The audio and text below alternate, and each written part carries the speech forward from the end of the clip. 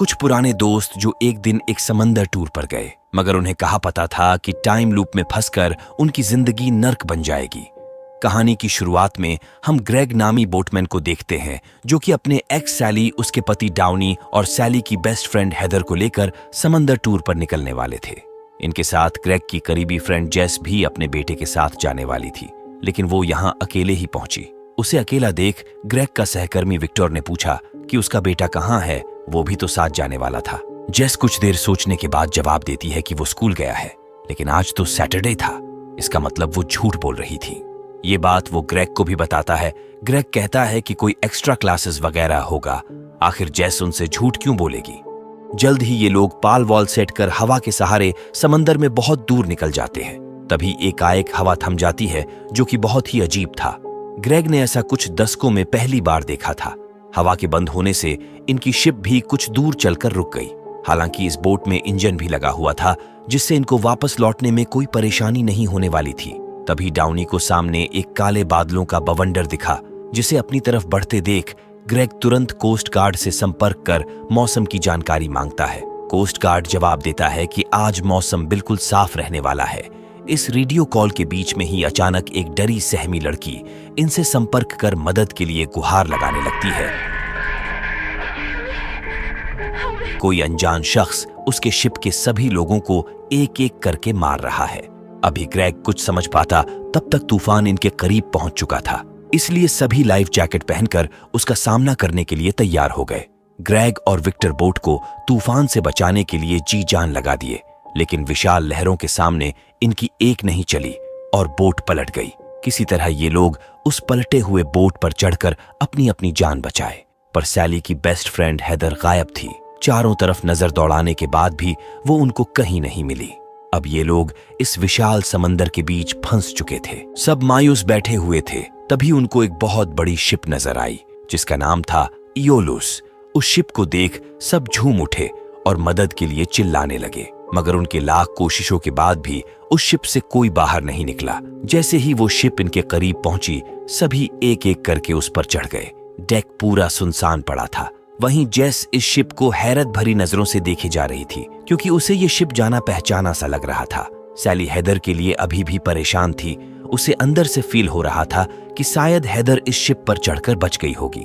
यहाँ Greg decide करता है कि वो शिप के कैप्टन से मिलकर रेडियो के जरिए कोस्ट गार्ड को खबर कर देंगे कि उनकी एक साथी समंदर में कहीं खो गई है। जिसके बाद ये लोग इयोलुस शिप के कैप्टन से मिलने कम्युनिकेशन रूम की तरफ चल देते हैं। एक गलियारे में उन्हें इस इयोलुस शिप की हिस्ट्री पता चलती है, जिसके फोटो के नीचे लिखा हुआ था कि ग्रीक मैथोलॉजी के मुताबिक इयोलुस देवता के बेटे सिसाइफुस मरने के कगार पर थे।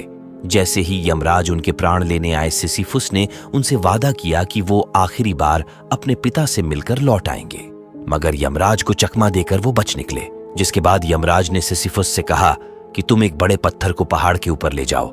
यदि तुमने ऐसा कर दिखाया तो तुम हमेशा के लिए अमर हो जाओगे। लेकिन जब भी सिसिफुस पत्थर को ऊपर ले जाता, वो पत्थर सरक कर फिर से नीचे चला आता, और ये प्रक्रिया तब तक चलती रही जब तक कि सिसिफुस को अपनी गलती का एहसास न हुआ। इस फिल्म की कहानी भी सिसिफुस की कहानी पर ही आधारित है। सिसिफुस के जैसे ही ग्रेग के ग्रुप में किसी ने मौत को चकमा दिया है, जिस वजह से ये लोग भी सिसिफुस के जैसे किस तरह टाइम लूप में फंसने वाले हैं, ये आगे पता चलेगा। तभी अचानक कोई शख्स इनके पीछे से गुजरा। उस तरफ चेक करने पर एक चाबी के गुच्छे के सिवा कोई नजर नहीं आया। ये चाबी का गुच्छा जेस का था, मगर वो तो पहली बार इस शिप पर आई थी, तो यहाँ उसकी चाबी कैसे आ सकती है। सबको लगा कि उसका चाबी रिंग यहाँ मिले, चाबी रिंग से मिलता जुलता होगा, मगर इसमें उसके घर गाड़ी वगैरह की सभी चाबियों के साथ साथ उसके बेटे का लॉकेट भी था, जिससे कंफर्म हो जाता है कि ये चाबी रिंग उसी का है।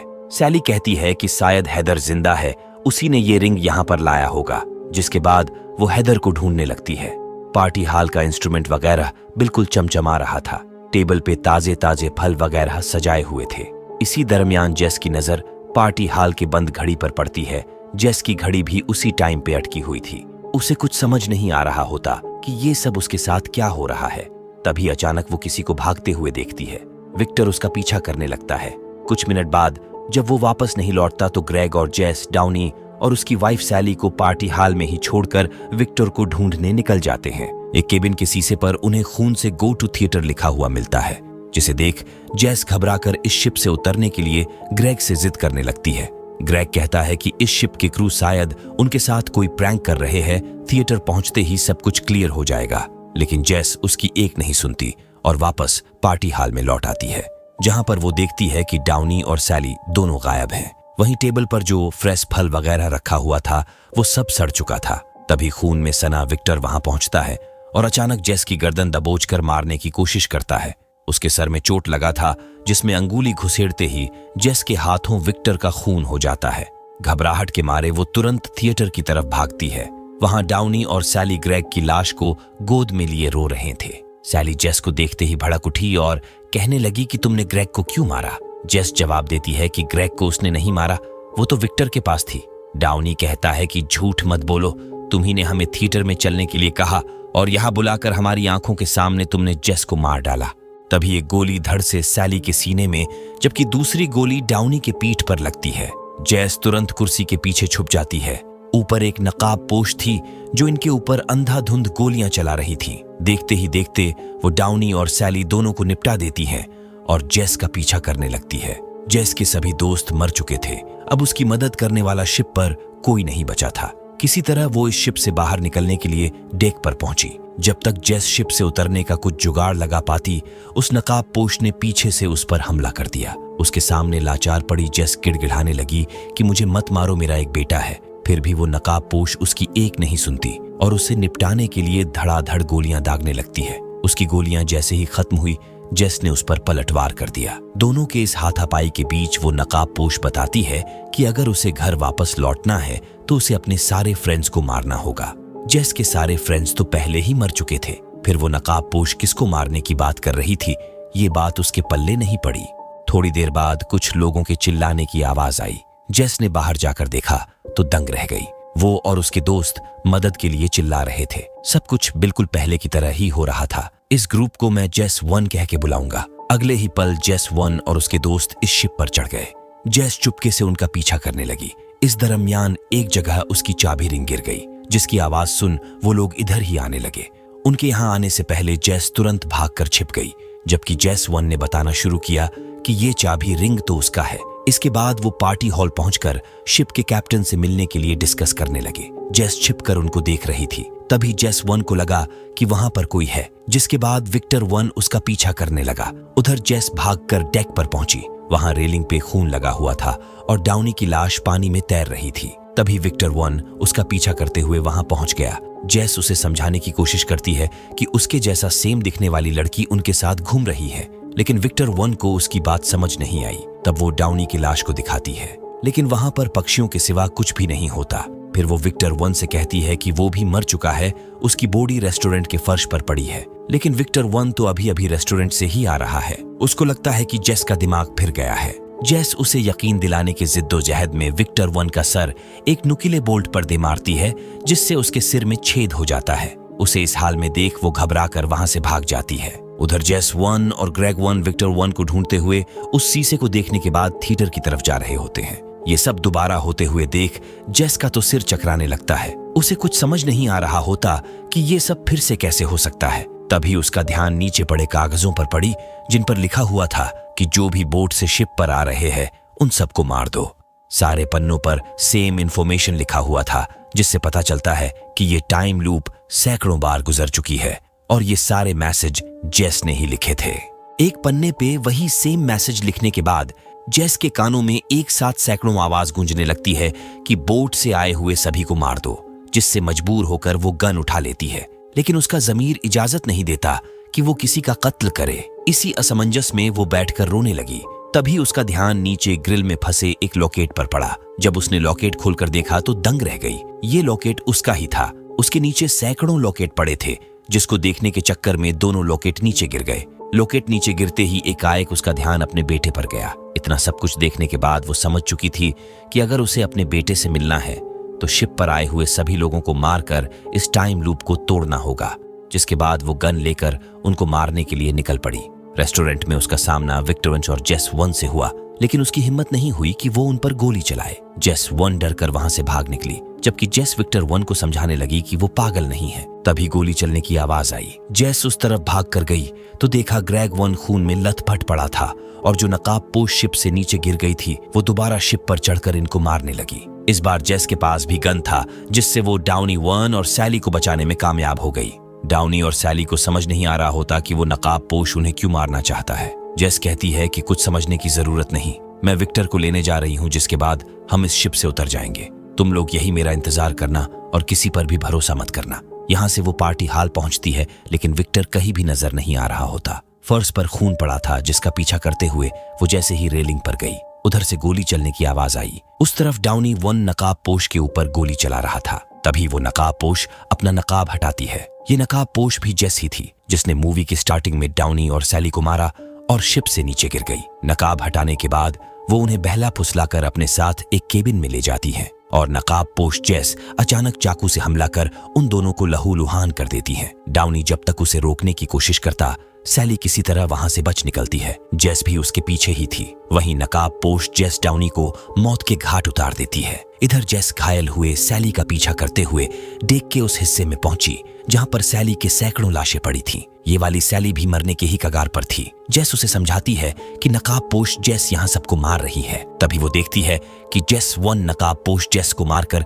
शिप से नीचे फेंक देती है। इधर सैली के मरते ही ये पैटर्न फिर से शुरू होता है। अब जो जेस का ग्रुप शिप पे चढ़ने वाला है, उन्हें मैं न्यू जेस कह के बुलाऊंगा ताकि आपको समझने में कोई कंफ्यूजन ना हो। जेस तुरंत भागकर उनको यहाँ आते हुए देखने के बाद पलटे हुए बोट पर जाने का जुगाड़ बनाने लगती है, लेकिन दिमाग खराब करने के अलावा उसे कुछ हासिल नहीं होता। वो इस भूत भावर में फंसकर तंग आ चुकी थी। इसके कुछ मिनट बाद वो देखती है कि जेस 1, जिसने नकाबपोश जेस को मारा था, न्यू विक्टर को समझा रही होती है, जिसके बीच विक्टर घायल हो जाता है, जिस वजह से जेस 1 डर कर वहां से भाग जाती है और जेस जाकर न्यू विक्टर को दिलासा दिलाती है कि वो उसको बचा लेगी। उसे अब पता है कि आगे क्या करना है। जिसके बाद वो डाउनी के खून से शीशे पर लिखती है कि गो टू थिएटर और डाउनी के लाश को घसीटकर शिप से नीचे फेंक देती है। इसी तरह बारी बारी सबके लाश को ठिकाने लगाने के बाद वो पार्टी हॉल पहुंची, जहां पर न्यू डाउनी और सैली न्यू जेस और न्यू ग्रेग के लौटने का इंतजार कर रहे थे।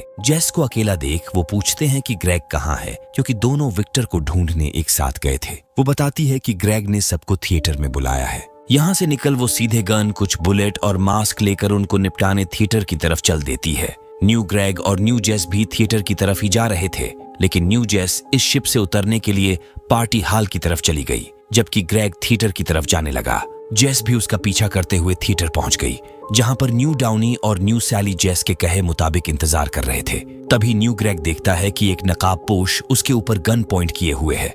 उधर न्यू जेस पार्टी हॉल पहुंचती है, लेकिन जब कोई नहीं मिलता तो वो भी थिएटर की तरफ आने लगती है। वहीं न्यू ग्रेग उस नकाबपोश के सैंडल को देख पहचान जाता है कि वो जेस है और उसके साथ मजाक कर रही है। जेस कहती है कि इस टाइम लूप को तोड़ने के लिए मुझे ये करना ही होगा और धड़ाक से उस पर गोली दाग देती है। न्यू ग्रेग मरते मरते न्यू डाउनी और सैली को बताता है कि वो नकाबपोश जेस है, उसी ने उसको गोली मारा। तब तक न्यू जेस भी वहां पहुंची और फिर सैली उस पर टूट पड़ी कि उसी ने ग्रेग को मारा है। अगले ही पल जेस उन दोनों को निपटा देती है, जबकि न्यू जेस वहां से भाग जाती है। जेस उसका पीछा करने लगती है और पीछे से उस पर प्रहार कर उसे मारने की कोशिश करती है।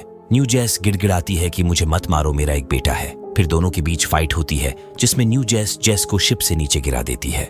इस बार जब जेस की आंख खुली तो वो एक बीच पर थी। यहाँ से भागकर वो सीधे अपने घर पहुंची, जहां पर उसने देखा कि उसका बेटा कला बना रहा था। उसकी माँ भी घर में ही थी, जो कि बहुत ही क्रूर थी और बात बात पर वो अपने बेटे पर चिल्ला रही थी। ये देख जेस से बर्दाश्त नहीं हुआ। अगले ही पल वो घर में घुसकर उसे बड़ी बेरहमी से मार डालती है। उसे मारते हुए उसके बेटे ने देख लिया था। जेस उसको समझाती है कि वो तुम्हारी रियल मॉम नहीं थी, जिसके बाद वो उसकी लाश गाड़ी की डिक्की में रखकर ठिकाने लगाने चल देती है। रास्ते में एक पक्षी इनके गाड़ी से टकरा जाता है, जिसका खून देख जेस का बेटा काफी डर जाता है। उसको मनाने के चक्कर में जेस के गाड़ी का एक्सीडेंट हो जाता है। यहीं पर उसकी असल में मौत हुई थी और उसका बेटा आखिरी सांसें गिन रहा था। जेस की आत्मा को लेने यमराज टैक्सी ड्राइवर के रूप में आए, लेकिन उनसे साथ चलने का वादा कर उसने वादा तोड़ दिया और अपने बेटे के पास पहुंचने की कोशिश करी। इसीलिए यमराज हर बार उसे समंदर किनारे छोड़ आते और ये लूप तब तक चलता रहेगा जब तक कि जेस को अपनी गलती का एहसास न हो जाए कि वो मर चुकी है और उसे अपने बेटे के साथ जाने के बजाय अपने प्राण यमराज को सौंप देना चाहिए।